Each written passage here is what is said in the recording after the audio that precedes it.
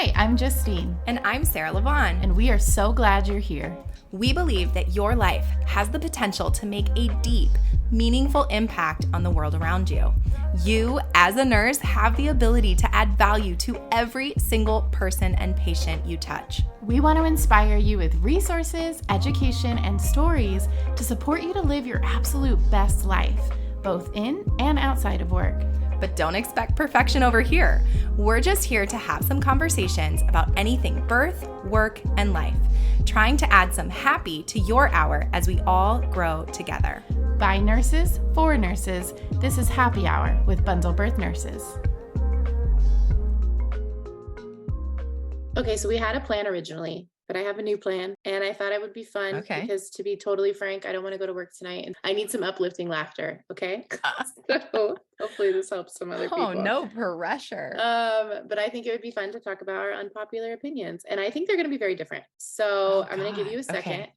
I to need a write second. 3 unpopular opinions down, and then we're going to share OB related or response. like life related too? No, it was OB related, but Bummer. OB related, but then we'll do like, you could do like 2 regular ones that people probably also like agree with you, and then one like that you think.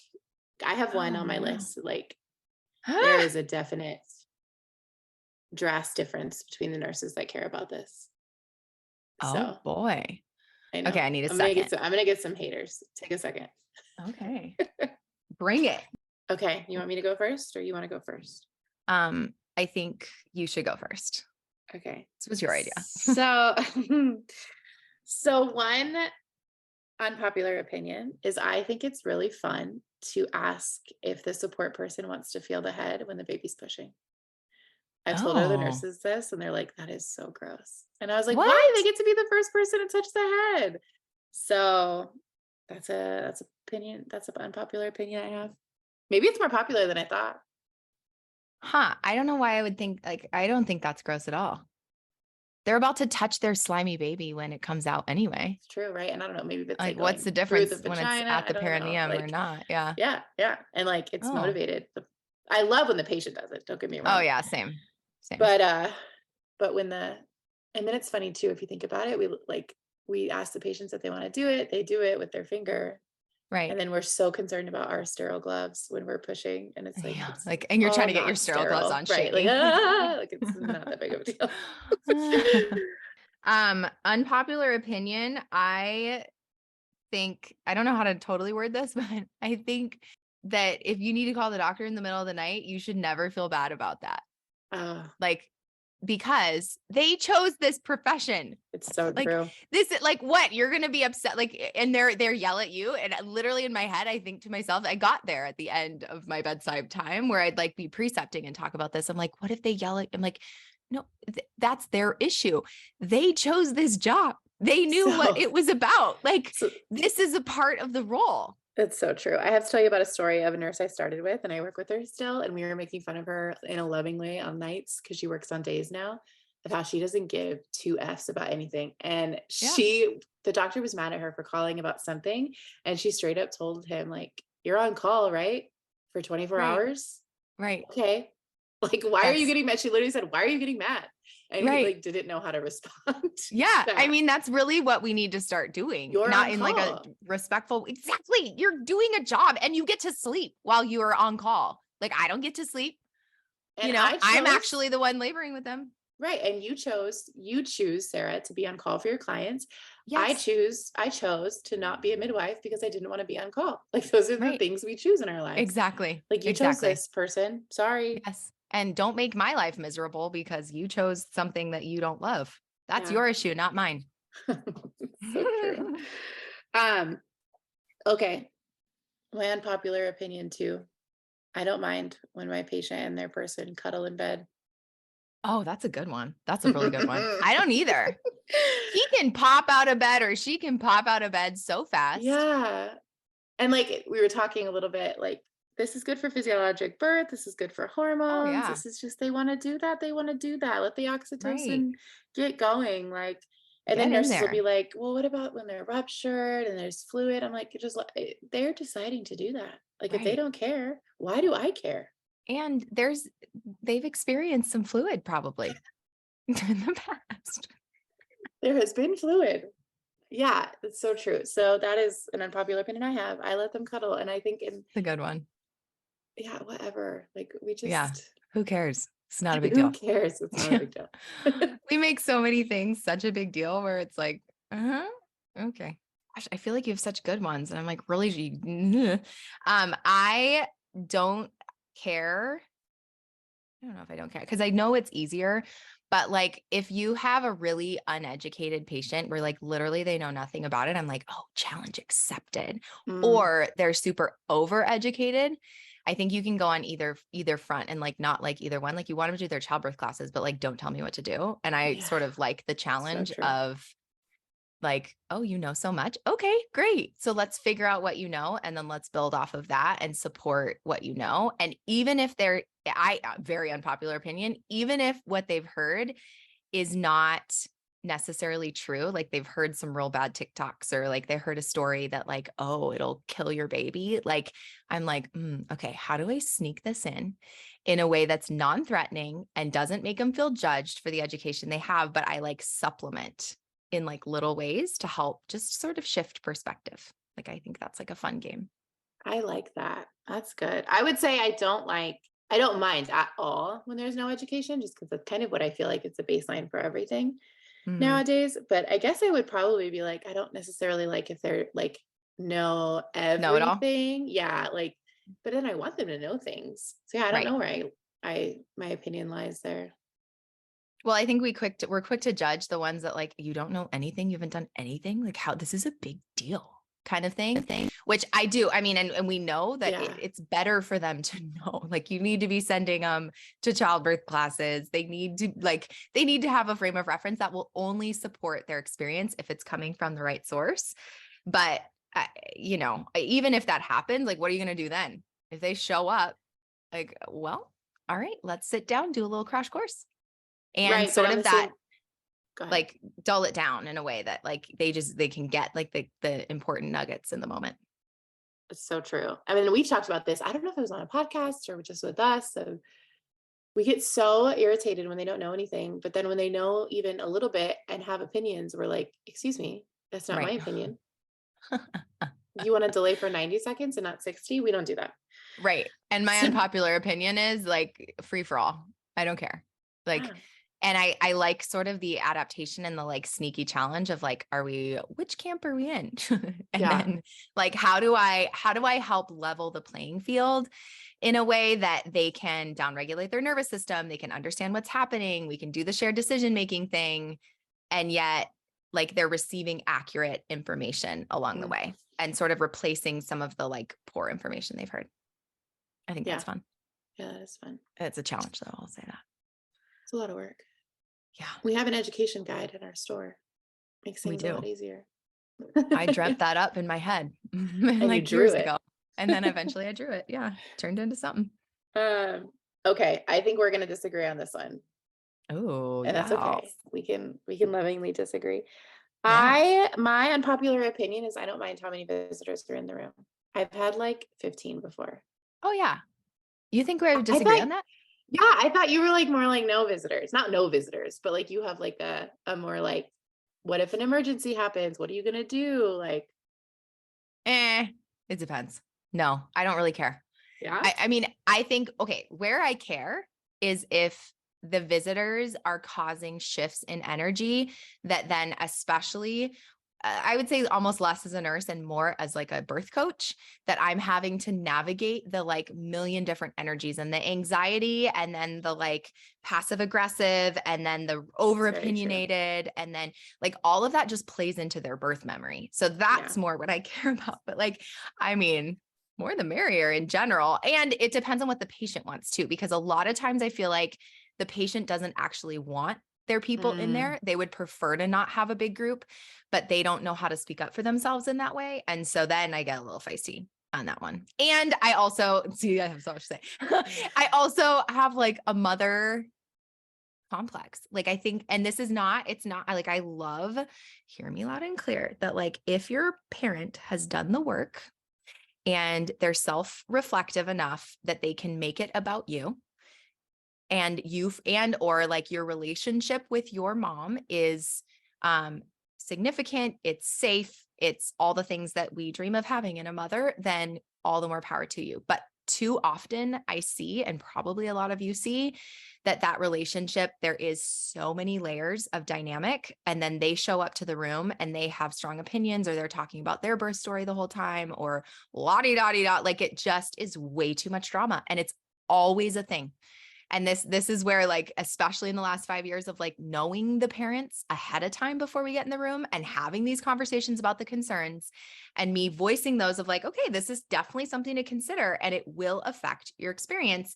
And they still choose to have them there. And then I'm the one navigating all the awkward and trying to reframe and trying to pull them back, like when it could just be avoided. So It's so true. And that's my nuance to that. it instills the importance of getting your patient alone to see what they want, because we don't know them Mhm. ahead of time, right? Right. And so we had a meeting yesterday actually, and we're trying to figure out, we want partners to go back to triage with their patients. We don't have that right now. Ever since COVID, they Oh. stopped, and now we're like, okay, we need to bring them back. But I will tell you, and people that are listening to this that work with me, sorry, I will tell you, a lot of our nurses use the excuse of like, well, I have to ask the safety question, so they can't come back because they don't want them back there. They just don't want more people. It's all like, and it's a small space. There's can be 3 patients with their support people, and it's cramped. Don't get me wrong, but I would want my person there.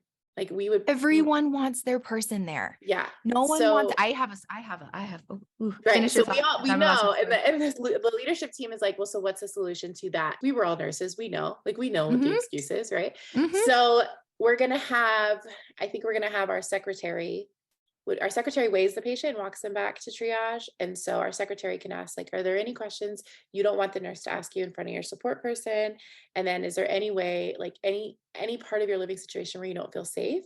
And then they'll just let the nurse know that. If the nurse knows that, they won't bring the support person back right away. Added Can on the to that, it could, secretary ask those questions without being a clinical person? so we asked that, we were talking about that. They're not going to chart it. They're just going to say, is there anything you don't want to be asked in front of the nurse, like your support person? And then, do you feel safe at home? And say they said, Mhm, no, I don't feel safe at home. Be like, okay, we're going to make sure you're safe here. And then that will be relayed to the nurse, and we mhm, won't get the partner. If mhm. they're like, yeah, I feel safe at home and there's no questions, we can bring the partner back with them. But another question I'm thinking we can add on is, if there's anyone you don't want in your room that's here that we need to like let them know ahead of Mhm. time. Cause it is hard once the secretary, or whoever, gets them all in the room together and they're all there. It's Yeah, like, oh, well, right, now it's hard to kick them out. Like, right. you just can't let them in the first place. Mhm, So that, because totally. someone for me, because you were saying you're a little feisty, you can kick them out. Someone with my personality, I'm like, that's a lot harder for me to kick them out. Oh, I, as a birth coach, wouldn't kick him out. No, I know, but as a No. nurse, like, Oh, as a and nurse, I would. Yeah, and maybe for even sure. now as a supervisor, I could be like, oh, I could be called into the room and like, just so you know, like, we're only gonna have one, or I don't know. But then they already were in there. So why were they already in there? It's always really awkward for me. This is like one skill I do not have, Mm. to get them out. I mean, I So think we're gonna, things are progressing. And now that things have progressed in labor, we're gonna request that for the safety of the family, that there's only one person present. yeah, Is that a lie? I don't know. Is that a lie? it's kind I of a mean, lie, but you could call it a safety thing. You just say like, you can't move around, and per patient request. Just kidding. right, we can't throw Blame it them on the under the patient in bus. front of the patient. Right, right. And then, but I, then you could easily do like the 9 to 9, like the visiting hours are over, it's 9 p.m., like for the night shift part, but but then they come back in the morning and they want to come it's in, true. and then you're dealing with the same issue. It's true. Hmm. I don't have a solution for that, but I do have an unpopular opinion about this, because I do 1,000,000% believe that your patients should have their support people present, and it should be two, and a doula shouldn't count. And I will say this because I literally did a birth last night. She was the most pro epidural human I've ever met in my life. Like, she's like, just get me the epidural, just get me the epidural, second baby. And she goes into triage by herself, and they were waiting to like get her in a room to get her husband even in there. Husband was allowed, but her husband's overwhelmed, and she's unblocked second baby and progressing very quickly. I'm in my car. Like, I know I can help them, and they're depending on me to be that sort of rock for the two of them when things are moving so quickly. And she's texting me the whole time, like, I wish you were here. I wish you were here. And I'm like, Me too. You Mhm. know, that's what I'm here for. I'm literally sitting in my Mhm. car and I would be helpful to everybody there, hopefully. And sure enough, they checked her water broke in triage. They texted me that. I'm like, oh shoot. And I'm thinking to myself, like, I'm gonna have to really coach this person through it because like she's moving, she had Mhm. contractions for like 2 hours and was already like moaning. And so sure enough, I just went and I like went to the front and I was like, I'll see if they'll let me in because she's gonna give birth. And Mhm. sure enough, I got in the room, we went to the next room and she delivered without an epidural. And it was wild and crazy and fun and whatnot. But we talked about it afterwards. And she's like, I felt so alone. And I Mm. think it's easy to think as a nurse that like, well, we're there, but you're not. You're I'm not sorry. there. When you're getting them admitted, she's a multip that's progressing quickly. She just strummed. Like, you're not. It's not the same. Or even, what I hear a lot, and actually I have a prenatal visit tomorrow with this client whom this was an issue. She's like, the one thing that is traumatizing for me is doing the spinal for my C-section without my partner there. Mm. It's awful. It's awful. She's like, when I think about my birth, that's what I think about. And it's just horrific for me to consider. And I'm like, yeah, I'm if literally we, tearing up because it was such an awful time for me too, and I knew what was oh, going on. right. Right. Yeah. But these are the things that like, I mean, I'm on this humanity kick yesterday and I got talking about this with my client. I'm like, something has happened in the medical system where we forget that they're human. It's my Mhm. patient in room 8 or my multip or, and I know there's like a patient confidentiality thing there that like you're trying to protect them and you're not going to call them necessarily by name at the nurse's station. Fine. Mhm. But we forget that this is their experience and easily it becomes this robotic thing of like, no, we won't do that. No, it's like, it's whether it's this is how we do it or it's that's not as comfortable for me. And what if all of this fear-based decision making, like what if the partner passes out? How often is that actually going to happen? They stay Yeah. for an epidural. It's the same thing. Like, and Right. then you lay them down and then you put them on a stool in the corner and have them sit back and be able to talk to their partner. Like that may actually make such an incredible difference to their experience. And I will say right now that like this particular client, she won't let it go. And I'm like, oh, she's a virtual. And I'm like, you can talk to your care team, but I just don't see it happening. And that is so silly to me. Definitely an unpopular opinion. So And I'm thinking too of like all the excuses of why, like, well, HIPAA, because like they're gonna hear us talking about information because there's only curtains. And I'm like, well, the patient's hearing you talk about the other patient. So like that's already HIPAA yeah, if you're worried about that. you're doing your intake for in then behind a curtain the whole Right. time. Everyone You knows know what I everything had? I had happening a in curtain rooms. right. I had a little dream the other day. I was like daydreaming about triage. And I was thinking, like, if I had 3 patients that were, like, in early labor, it would be so fun to just, like, open all the curtains and be like, "You guys are all the same right now. You're all primes. Oh, You're all 2 to 3 centimeters. Like, let's just labor together. Like, let's see cute. what Like we put on do." some music and Right. It would jam. be fun. Like, That is, get to I know want to each do that other. with all my friends. Let's have Right. a labor party. That's Oh, fun. funny. That was a good Yeah, one. so well, I guess that was your 3rd one. Well, You were no, having a hard time making a 3rd, right? no, I have more. Okay, say You one, have say more? another one. Do you have more? I think I have a lot of popular opinions. Like, I don't wanna float. I Oh don't wanna yeah. count MBUs. Oh yeah. I don't want to chart. Like, just take it away. I don't wanna do it. Is none of it. Oh, I don't okay, this is like a mildly unpopular opinion. I do not like circulating, but a lot of people do. Really? Yeah. And when I'm in there, I wanna be good at it. But I would say I've circulated once in the last year. So, What? yeah, I don't 'cause Oh, nights, crashes, we don't do that often. yeah. So, I like all and that. even when I I did need it variety. yeah, I don't like Mm. triage either.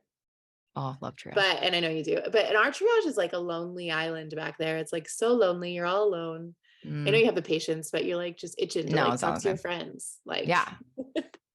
Well, and the last triage I was in, there was two of us always. yeah, that makes it way more So, fun. We hope to do but that it one also more. depends on who you're with because if you hate the person that you got, you're in 12 triage hours with, then worth. it's like a horrible night. Then you're really trying to change your brain on how you feel Right. about Right. them. What about one of yours? So I wrote this down and this is a new one. It's developing for me and it's a shift in my brain that I would never tell clients. So if you're a client, don't listen to this because it really like I'm so flexible to people, whatever you want, totally down.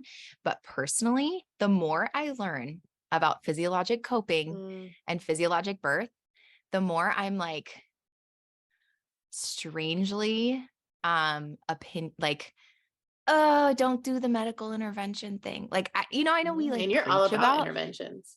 which is so it's funny that you would say that because I feel like publicly people would think that I'm like physiologic birth lady, Yeah. Which but we are. we are, Yeah. yes. And I totally believe it. Like nothing has shifted in that. And I'm like, if you want to be induced, like, hallelujah, let's do it. You can make the most of Mhm. it. Or you get an epidural, like, great. And I was thinking last night because she went without, and I like stepped in as like, look in my eyes right now, and had to like really coach her hardcore as she's like gripping my hand and screaming. And I'm Which like, you haven't you're had to gonna do in be a minute. okay. No, that's what I'm saying. Like, I haven't Yeah. not had an epidural for a while. Yeah. And it's interesting timing because I'm in the Cancun land of physiologic coping prep. And the more I learn about the physiology of the body and all of the like insane intricacies of what's happening to not only create a baby, but birth a baby, even just with hormones, that like it does mess with your systems. And it like, and this is an unpopular opinion that I'm even saying out loud to my internal self because I don't want to believe it because Mhm. it's so much easier. And like there are like, and especially if the patient chooses it, fine, like that's their choice, but also how much are they really understanding and how much of a chance are we actually giving them to avoid medical interventions when it's just so quick to like, and even with my clients, like they need some pit. I'm like, well, it's been a few hours. Like, how do you feel about it? Right. And they're like, well, what do you think? And I'm like, whatever. But in turn, like now I see the research and I'm like, oh my God, it really does affect it. And we think it's like, oh, it might affect like the labor portion, but like the hormonal cascade that takes place in the postpartum period for bonding, for attachment, for mental health, for breastfeeding is like such a beautiful process that now I'm coming to appreciate even more than ever. And I'm like, oh, how much of this are we really truly messing up? So, question. You have a patient with the baby's she's 9.5, zero station, and they do an AROM. Someone asked me the other day, like, would you have done one? Like, obviously, if I was a provider or whatever. And I was like, Mhm. my staffing brain is like multi 9.5, 8, like zero station. I'd be like, yeah, I get her delivered. We need some Yeah. nurses. My nursing brain would be like, I don't know what I would think if she had an epidural or not. If she didn't, probably do an AROM. Let's get this baby delivered, get her out of pain. If she did, can we wait? Blah, blah, blah. There's multiple factors. But would that interrupt the hormone cascade like an AROM? An AROM, I don't think, not from what I'm reading, Okay, because good. the water breaks however it breaks. Okay. Whether it's artificially broken or not, it still's broken. And honestly, like an AROM is going to initiate more of a natural hormone cascade than PIT, but it's like, why would like we're in a lot of circumstances, I think we'd rather start PIT than we would AROM. That's true. We're Hey, worried I'm going about to say an infection unpopular or opinion that whatever. I just decided. I Okay. just decided it. AROM, why do we say SHROM when we say AROM? It's Shram. This I disagree. Saying it, I get why people get mad at like us Californians that Because we're you like, can't say aram, aram, shram, but I can say SROM and I say PPROM. aram. I'm just gonna start saying aram. People are gonna be like, "What is this That's your girl? real unpopular She knows opinion. nothing." You're right.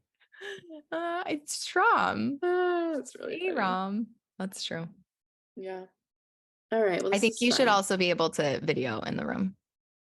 Oh, And I absolutely. understand like liability, schmiability, but like if it happened, it happened, and we all need to be accountable to how we Someone just practice. got like mad at me and called me out on Instagram about that. What do you mean? They made me anonymous, but they posted like my story that I wrote of like how I'll just be like, just pretend that you're like taking pictures, but I don't care. And they were like, well, they were talking to providers like doctors and saying, well, do you think patients should be able to like secretly record you? And I was like, well, that's taken out of context, but I think they Right. should be able to record the birth of their baby, not Right. your face. Right. But I And do think that's it the is thing. important to take, don't get the providers in the room and, Mhm.